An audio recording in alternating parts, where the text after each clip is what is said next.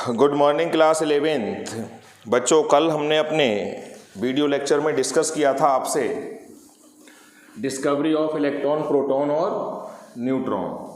हमारी इलेक्ट्रॉन की डिस्कवरी हुई थी, उसके बाद प्रोटॉन की हुई थी, उसके बाद न्यूट्रॉन की हुई थी। इलेक्ट्रॉन की डिस्कवरी करी थी जे थॉमसन ने, प्रोटॉन की करी थी गोल्डस्टीन ने और न्यूट्रॉन की करी थी जेम्स चैडविक ने। अब हम लोग स्टडी करेंगे एटॉमिक मॉडल्स की। जे थॉमसन ने सबसे पहले एटॉमिक मॉडल दिया था। एटॉमिक मॉडल का मतलब होता है distribution of electron, proton and neutron with in the atom. उसको हम बोलते हैं एटॉमिक मॉडल। जे थॉमसन ने क्या करा था? पहले डिस्कवरी हुई इलेक्ट्रॉन की, फिर डिस्कवरी हुई प्रोटॉन की। न्यूट्रॉन की डिस्कवरी नहीं हुई थी, उससे पहले ही इन्होंने एक एटम का मॉडल दिया और इन्होंने अपने मॉडल में बताया कि atoms are spherical in shape. Atom spherical shape के होते हैं और उसकी जो रेडियस होती है एटम की, वो 10⁻⁻10 मीटर के ऑर्डर की होती है। एटम्स स्फेरिकल होते हैं और जो उसकी रेडियस होती है वो 10⁻⁻10 मीटर के ऑर्डर की होती है। इसके अंदर इलेक्ट्रॉन्स होते हैं। तरबूज के अंदर जैसे आपने बीज देखे होंगे काले वाले, दीज आर एम्बेडेड इलेक्ट्रॉन्स।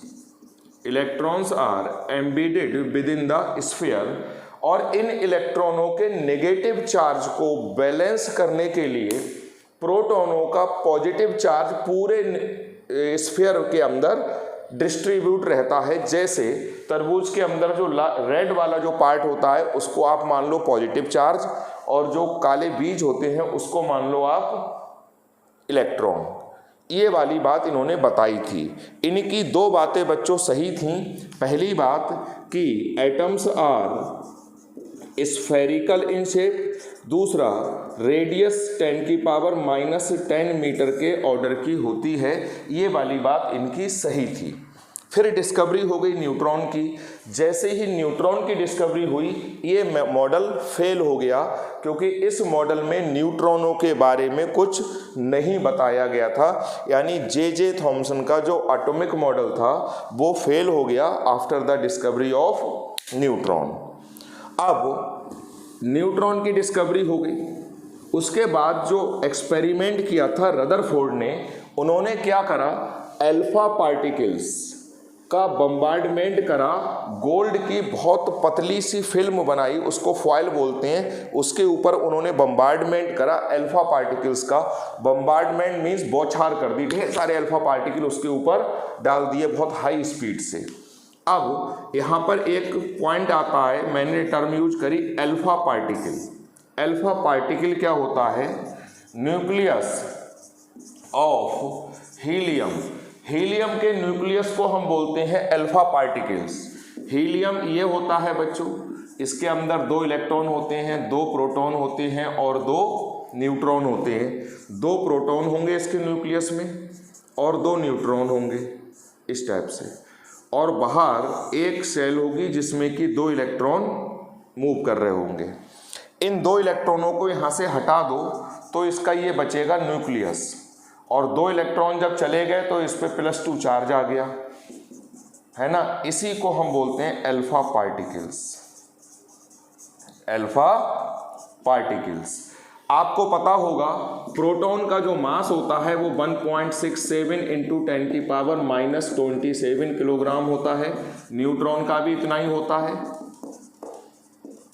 इसके बाद और होता है 3 और 5। यहाँ पे 1.673 ये होता है 1.675, मैंने रफली उसको 1.67 मान लिया है। और इलेक्ट्रॉन का जो मास होता है वो होता है 9.1 × 10⁻31 किलोग्राम। अगर हम सिर्फ रफली पावर्स को देखें तो प्रोटॉन और न्यूट्रॉनों का मास 10⁴ टाइम्स ज़्यादा होता है इलेक्ट्रॉन से। सोचो जरा, 10⁴ का मतलब 10,000 टाइम्स हैवी होता है प्रोटॉन और न्यूट्रॉन अप्रोक्सीमेटली इलेक्ट्रॉन से। इलेक्ट्रॉन से रफली आप ये मान सकते हो कि 10,000 टाइम्स ज़्यादा मास होता है प्रोटॉन का या फिर न्यूट्रॉन का। और ऐसे इसमें 4 पार्टिकल्स हैं, यानी इंटू 4 कर दोगे तो अबाउट 40,000 टाइम्स हैवी होगा अल्फा पार्टिकल इलेक्ट्रॉन से। थोड़ा बहुत हैवी नहीं होगा, बहुत हैवी होगा। इस बात को आपको ध्यान रखना है। और उस पर पॉजिटिव चार्ज होता है +2। रदरफोर्ड ने क्या करा, गोल्ड की एक बहुत पतली फिल्म बनाई। अब यहाँ पर एक क्वेश्चन ये आता है कि गोल्ड की ही पतली फिल्म क्यों बनाई, आयरन की क्यों नहीं बनाई? क्योंकि आयरन की बहुत पतली फॉइल नहीं बन सकती, ब्रेक हो जाएगी, गोल्ड की बन सकती है। और गोल्ड का जो न्यूक्लियस है वो भारी भी होता है। इस वजह से ये 2 रीजन थे कि उन्होंने गोल्ड की फॉइल बनाई। उन्होंने क्या करा, गोल्ड की फॉइल पे अल्फा पार्टिकल्स का बम्बार्डमेंट करा। तब उनको पता लगा अधिकतर अल्फा पार्टिकल्स सीधे निकल गए। कुछ ऐसे थे जो कम एंगल से डिफ्लेक्ट हुए। कम का मतलब ये जो एंगल है ये 90 से कम का एंगल। कुछ ऐसे थे जो ज़्यादा एंगल से डिफ्लेक्ट हुए। ज़्यादा का मतलब 90 से ज़्यादा। और बहुत कम पार्टिकल्स ऐसे थे जो उसी डायरेक्शन में वापस आ गए, यानी उसमें 180 का डिफ्लेक्शन हुआ। ये इन्होंने अल्फा पार्टिकल्स का बम्बार्डमेंट करा। इन्होंने 3 ऑब्जर्वेशन देखे। पहला ऑब्जर्वेशन बच्चों ये था कि most of the alpha particles यानी 99% ऐसे थे जो बिल्कुल सीधे निकल गए, अनडिफ्लेक्टेड, जिनमें कोई डिफ्लेक्शन नहीं हुआ। बहुत कम ऐसे थे जो 90 से कम एंगल से डिफ्लेक्ट हुए।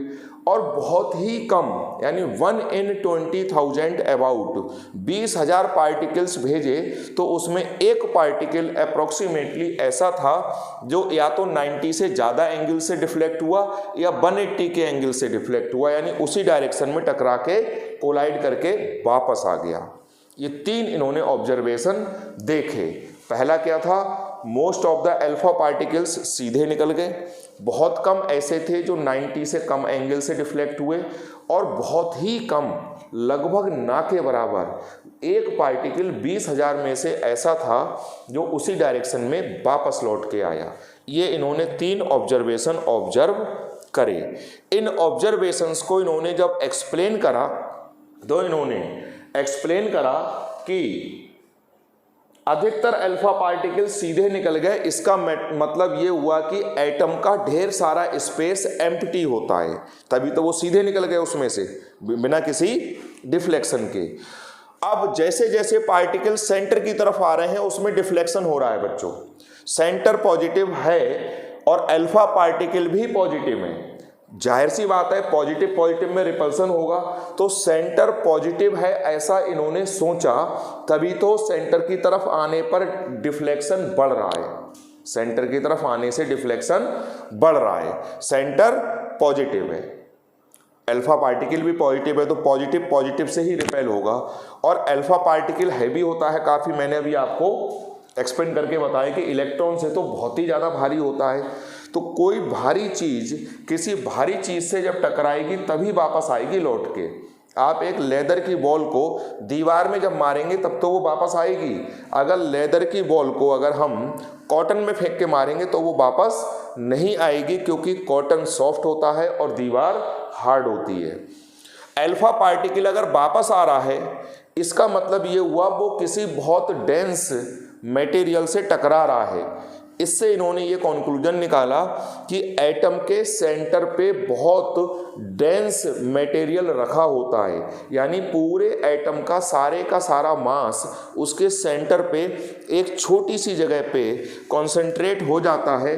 उसको उन्होंने न्यूक्लियस नाम दिया और उन्होंने कहा कि न्यूक्लियस की रेडियस है वो 10⁻⁻15 मीटर के ऑर्डर की होती है, जबकि एटम की रेडियस जे थॉमसन ने बताया था -10 मीटर के ऑर्डर की। यानी न्यूक्लियस एटम के रेस्पेक्ट में बहुत छोटा होता है।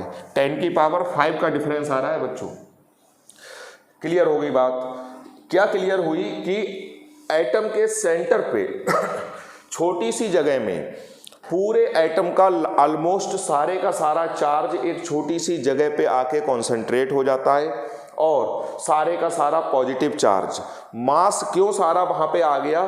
क्योंकि सेंटर पे सारे रखे हुए हैं प्रोटॉन और न्यूट्रॉन, और एटम के मास में जो सबसे ज़्यादा मेन कंट्रीब्यूशन होता है वो न्यूट्रॉन और प्रोटॉनों का ही होता है। इलेक्ट्रॉन का कंट्रीब्यूशन बहुत कम होता है। और पॉजिटिव चार्ज इसलिए आ गया उस पर क्योंकि उस पर क्या है, सारे प्रोटॉन आ गए और प्रोटॉनों पे कैसा चार्ज होता है? पॉजिटिव। तो न्यूक्लियस की जो डिस्कवरी करी थी वो रदरफोर्ड ने कर दी। अब इन्होंने अपना मॉडल दिया, इन्होंने कहा सारा ये न्यूक्लियस के बारे में बताया, एटम स्फेरिकल है, ये वाली बात इन्होंने रदरफोर्ड की मानी। एटम की रेडियस इतनी होती है, ये वाली बात भी इन्होंने जे थॉमसन की मानी। मतलब जे थॉमसन की इन्होंने दो बातें मानी कि atoms are spherical having radius of the order of this much, और न्यूक्लियस इन्होंने डिस्कवर करा। अब इन्होंने कहा कि न्यूक्लियस के चारों तरफ इलेक्ट्रॉन रिवॉल्व कर रहे होते हैं ऐसे जैसे कि प्लेनेट सन के चारों तरफ घूमते हैं, ये वाली बात इन्होंने बताई थी। अब इस मॉडल की कुछ कमियां थीं, वो कमियां क्या थीं? इन्होंने कहा कि इलेक्ट्रॉन न्यूक्लियस के चारों तरफ रिवॉल्व कर रहे हैं। अब एक मैक्सवेल थ्योरी थी, मैक्सवेल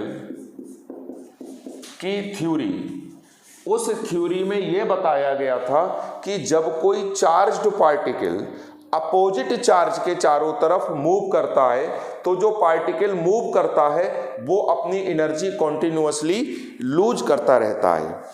अब से पहले क्या था? न्यूक्लियस था, ये इलेक्ट्रॉन था, इलेक्ट्रॉन इधर जा रहा था, न्यूक्लियस इसको इधर खींच रहा था, जिस वजह से इसका पाथ सर्कुलर हो गया था। अब जब इसकी एनर्जी कम हो जाएगी तब न्यूक्लियस इसको अपनी तरफ खींचने में कैपेबल हो जाएगा, और जब न्यूक्लियस इसको अपनी तरफ खींचेगा तो इसका पाथ स्पाइरल हो जाएगा, और एक टाइम वो आएगा कि इलेक्ट्रॉन आके गिर जाएगा किसमें? न्यूक्लियस में। Nucleus positive, electron nuclear negative, दोनों डिस्चार्ज हो जाएंगे, न्यूट्रल हो जाएंगे, न्यूट्रलाइज हो जाएंगे, एटम खत्म हो जाएगा। और जब एटम खत्म हो गया बच्चों तो दुनिया खत्म हो गई, क्योंकि दुनिया में हर चीज़ एटम से मिलके बनी होती है। हवा ऑक्सीजन है, नाइट्रोजन है, हम लोगों की बॉडी है, लकड़ी है, दीवार है, हर चीज़ किससे मिलके बनी है? एटम से। अगर हम रदरफोर्ड की ये बात मान लें कि इलेक्ट्रॉन न्यूक्लियस के चारों तरफ रिवॉल्व कर रहा है तो मैक्सवेल की थ्योरी के हिसाब से एटम को अनस्टेबल होना चाहिए, जबकि ऐसा नहीं होता है, एटम्स आर स्टेबल। इसका मतलब कहीं ना कहीं कोई कमी है रदरफोर्ड के मॉडल में। तो सबसे बड़ा ड्रॉबैक यही था।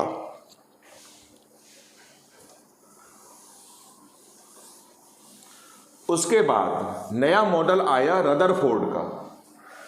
रदरफोर्ड का मॉडल आया नया। रदरफोर्ड ने इनके बाद रदरफोर्ड के बाद जो मॉडल आया वो बोर्स मॉडल आया, जो लेटेस्ट इस समय चल रहा है। बोर ने कहा कि एटम्स स्फेरिकल होते हैं, एटम की रेडियस 10⁻⁻10 मीटर की होती है, सेंटर पे न्यूक्लियस होता है, रदरफोर्ड की इन्होंने वो वाली बात मानी, और न्यूक्लियस की रेडियस इतने मीटर के ऑर्डर की होती है। इन्होंने एक नई चीज़ इंट्रोड्यूस करी कि एटम के चारों तरफ डेफिनिट एनर्जी के ये सर्कुलर पाथ होते हैं, इनकी एनर्जी फिक्स होती है, इनकी एनर्जी फिक्स होती है। इलेक्ट्रॉन इनमें रिवॉल्व कर रहा है तो वो ना कोई एनर्जी एब्जॉर्ब करेगा और ना कोई एनर्जी लूज करेगा। अगर उसने एनर्जी गेन कर ली, इसकी एनर्जी कम है, सपोज कर लो मैं कह रहा हूँ 20 है, इसकी 25 है, इसकी 35 है, इसकी 50 है। एक इलेक्ट्रॉन यहाँ पर है जिसकी एनर्जी 20 जूल है, उसने 30 जूल गेन कर ली, उसकी हो गई 50। अब वो यहाँ नहीं रहेगा, वो 50 वाली ऑर्बिट में पहुँच जाएगा यहाँ पर। यानी जब इलेक्ट्रॉन एनर्जी एब्जॉर्ब कर रहा है, कितनी एब्जॉर्ब कर रहा है? इन दोनों का डिफरेंस, इसकी 50 मैंने एज्यूम करी है और इसकी 20 यानी 30 जूल, तब वो चला जाएगा हायर एनर्जी लेवल में। और अगर कोई इलेक्ट्रॉन यहाँ है, उसने 30 जूल एनर्जी लूज कर दी, यहाँ पर तो उसकी 50 थी, 30 उसने लूज कर दी, अब उसकी बची 20। अब वो उस सेल में जाके रहेगा जिसकी एनर्जी 20 है। एनर्जी इसने रिलीज करी कितनी? इन दोनों के डिफरेंस के बराबर। इसी एनर्जी की एक वेवलेंथ होती है और इसी वजह से स्पेक्ट्रम बनता है। इन्होंने स्पेक्ट्रम को एक्सप्लेन करा था। ये जो ऑर्बिट हैं सर्कुलर, इनको इन्होंने नाम दिया सेंटर से 1 2 3 4 या के एल एम एन। जो सेंटर के पास वाली ऑर्बिट होती है उसकी एनर्जी कम, इसकी ज़्यादा और ज़्यादा और ज़्यादा, यानी एनर्जी बढ़ती जाती है इन ऑर्बिट्स की। इनका जो नंबरिंग है वो 1 2 3 4 करके चलेगा या K L M N O P Q R S T U V W X Y Z style में चलेगी। इन्होंने कहा कि किसी भी इलेक्ट्रॉन का एंगुलर मोमेंटम होता है बच्चों मास, वेलोसिटी एंड उसकी सर्कुलर पाथ की रेडियस। इन्होंने कहा कि एंगुलर मोमेंटम किसी भी इलेक्ट्रॉन का h/2π का होल नंबर मल्टीपल होना चाहिए। अगर किसी भी इलेक्ट्रॉन का एंगुलर मोमेंटम, इस टर्म को बोलते हैं angular momentum, mass into velocity into radius, अगर h/2π का 5 टाइम्स हो गया, इसका मतलब वो 5th सेल में जाके रहेगा। अगर एंगुलर मोमेंटम h/2π का 3 टाइम्स हो गया तो वो 3rd सेल में जाके रहेगा। अगर एंगुलर मोमेंटम h/2π के इक्वल हो गया तब वो इलेक्ट्रॉन 1st सेल में जाके रहेगा। यानी इन्होंने कहा कि only those orbits are permitted in which the angular momentum of an electron should be a whole number multiple of h/2π, where n की वैल्यू या 1 होगी होल नंबर में, या 2 या 3, मतलब 0 नहीं हो सकती। 0 होगी तब तो फिर वो 0 सेल होगी, होती नहीं है, जो कि ये इन्होंने बताया था। ये इलेक्ट्रॉन एनर्जी एब्जॉर्ब करेगा तो हायर एनर्जी लेवल में जाएगा और एमिट करेगा तो लोअर एनर्जी लेवल में आएगा। इस वजह से स्पेक्ट्रम दिखाई देगा। स्पेक्ट्रम हम लोग पढ़ चुके हैं। अब इनके भी कुछ ड्रॉबैक थे। इनके ड्रॉबैक क्या थे? इन्होंने एक बात ये बताई कि एंगुलर मोमेंटम h/2π का होल नंबर मल्टीपल होना चाहिए। बिल्कुल सही बात है, होना भी चाहिए। क्यों होना चाहिए ये वाली बात बोर अपने मॉडल में एक्सप्लेन नहीं कर पाए। बोर अपने मॉडल में ये वाली बात एक्सप्लेन नहीं कर पाए कि क्यों एंगुलर मोमेंटम इलेक्ट्रॉन का h/2π का होल नंबर मल्टीपल होना चाहिए। अब दूसरी बात, इन्होंने स्पेक्ट्रम एक्सप्लेन करा। 1 इलेक्ट्रॉन स्पेसीज का, हाइड्रोजन का करा, हीलियम आयन का करा, इसमें 2 इलेक्ट्रॉन थे, 1 चला गया। लिथियम में 3 थे, 2 चले गए। इन्होंने 1 इलेक्ट्रॉन वाली स्पेसीज का स्पेक्ट्रम तो एक्सप्लेन करा, उनका स्पेक्ट्रम एक्सप्लेन नहीं करा जिसमें 1 से ज़्यादा इलेक्ट्रॉन होते हैं। यानी मल्टी इलेक्ट्रॉन स्पेसीज का स्पेक्ट्रम इन्होंने एक्सप्लेन नहीं करा। नेक्स्ट, पहली कमी क्या थी कि एंगुलर मोमेंटम h/2π का होल नंबर मल्टीपल क्यों होता है, इस वाली बात को इन्होंने एक्सप्लेन नहीं करा। होता है और अभी भी होता है, लेकिन क्यों होता है ये वाली बात इन्होंने नहीं बताई। स्पेक्ट्रम बताया इन्होंने तो 1 इलेक्ट्रॉन वालों का एक्सप्लेन करा। एक होता है बच्चों जीमैन इफेक्ट। जीमैन इफेक्ट क्या होता है? मैग्नेटिक फील्ड में नॉर्थ और साउथ पोल के बीच में अगर किसी स्पेक्ट्रल लाइन को हम रखें तो वो लाइन कई लाइनों में स्प्लिट हो जाती है। This effect is known as Zeeman effect.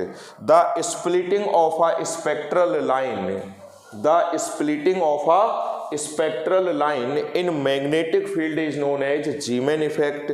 Similarly, अगर हम स्पेक्ट्रल लाइन को इलेक्ट्रिक फील्ड में रख दें, ये प्लस है प्लेट और ये माइनस, तो वो लाइन कई लाइनों में स्प्लिट हो जाएगी।